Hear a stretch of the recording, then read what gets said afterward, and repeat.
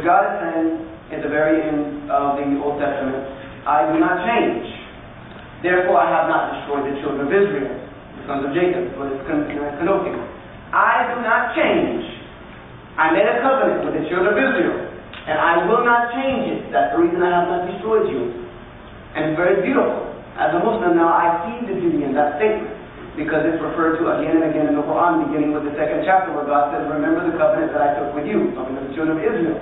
And God is reminding them that I have upheld my end even to this day. My end is still upheld. You are the ones that are continuing to break it. But God is still saying to them to remember, if you come back to that agreement, I'm still here upholding my bargain. And this is God. He does not change. So I begin the New Testament. Matthew, Mark, Luke, and John. The Gospel according to Matthew, Mark, Luke, and John. Now, there are many ways I could go about giving you what I have received, or what I saw in this phase. But it's just too much of the time to say. I'm going to begin with the reference point of validity that I came to learn, unfortunately, was the validity behind Matthew, Mark, Luke, and John when it comes to textually and giving it a due right of historical critical analysis to really see where these books came from. Now, the way I normally read Matthew, Mark, Luke, and John was thus. You read Matthew, you begin at 1, you go to the end. You read Mark, you begin at 1, go to the end. You read Luke, you go to the end. You read John, you go to the end. When you do this, you get the assumption that it's the same story being told by 4 different people from 4 different viewpoints. So the same story. Now, the way a textual critic will read the New Testament, or someone who is a critical analysis, does a critical analysis of witnesses, because this is what is considered eyewitness accounts. The first science that you do that, the first very fundamental science is to weigh witness testimony against themselves. This is done in the courts of law. You have eyewitnesses to something, you weigh your witnesses against each other to see what pans out. Now when you do this, the way you do it is you find the first story in Matthew, which is the birth of Jesus, entrance to Jerusalem, and so on and so forth. And then you go find that same story in Mark. Might not be in the same place. You go find the same story in Luke. Might not be in the same place. You go find it in John. And all of them are not going to be there. You know what I mean? It's not, you're not going to find the same story in every fourth gospel. But you go try to find the similar stories in kind of this timeline fashion, weighing the witnesses against one another. When you do that, when you read it like that and put each testimony against each other, what you come to realize is that it's not that 4 people telling the same story 4 different ways. It's 4 people telling 4 different stories in 4 different ways. 4 stories told by 4 people in 4 different ways. And honestly, who Jesus was, what he meant, is very different from the New Testament authors, whoever they may have been.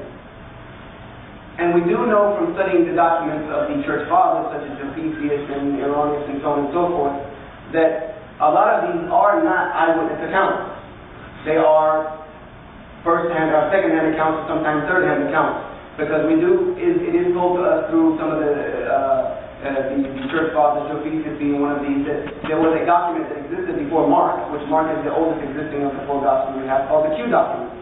The reference called the Q document. No name for it, it's just called the Q document. That has not survived until today. But Mark retracted a lot of information from this Q document in order to come up with his gospel. And then Matthew and Luke, who came after Mark, then were taking from Mark and repeating some of those things in different fashions.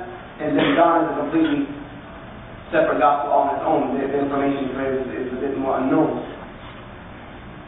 So what I came to realize is that we're losing some validity in the eyewitness testimony here. Even Luke himself in the beginning of the gospel says, I am telling you those things which seem good to me.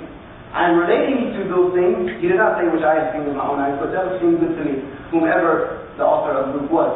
It is assumed that it was Luke, but there is no verified evidence, no autograph was given to any of the documents, there's no original check. Not only that, but I also come to realize that you've lost almost everything in translation. Because you're talking about reading a Bible from the English language. The English language which we know none of the prophets spoke, we know that Jesus did not speak English. English is being translated and transferred over from the Greek, which is existing from these various documents. And when you translate anything from a Semitic language or ancient language like Greek or Hebrew or Aramaic or Syriac, you lose a lot of connotation because it's up to the opinion of the translator as to what each of these words or letters or diacritics may have meant. So you get a translation of the author's original, the translator's thought in the translation. Now Greek itself is a language that Jesus Christ did not speak. which is verified through history and through the documents that we have that Jesus spoke a language called Aramaic. Aramaic, which is a language that is almost non-existent in the world except a place in Syria, a very small village. And Aramaic is a very difficult language, which is why I have not made it very far, because it is very difficult to translate. So you have Jesus speaking Aramaic, but the only witness accounts we have are in Greek, which is apparently going to be a translation from what Jesus may have said or what someone heard Jesus to have said, which is then again translated sometimes over into Latin, which some of the New Testament were getting is from the Latin Vulgate, which is then been translated into English. So you have a huge problem as to what was really said or what was really meant. But nevertheless, that's a whole side street there that we really don't have the time to go down today. Now,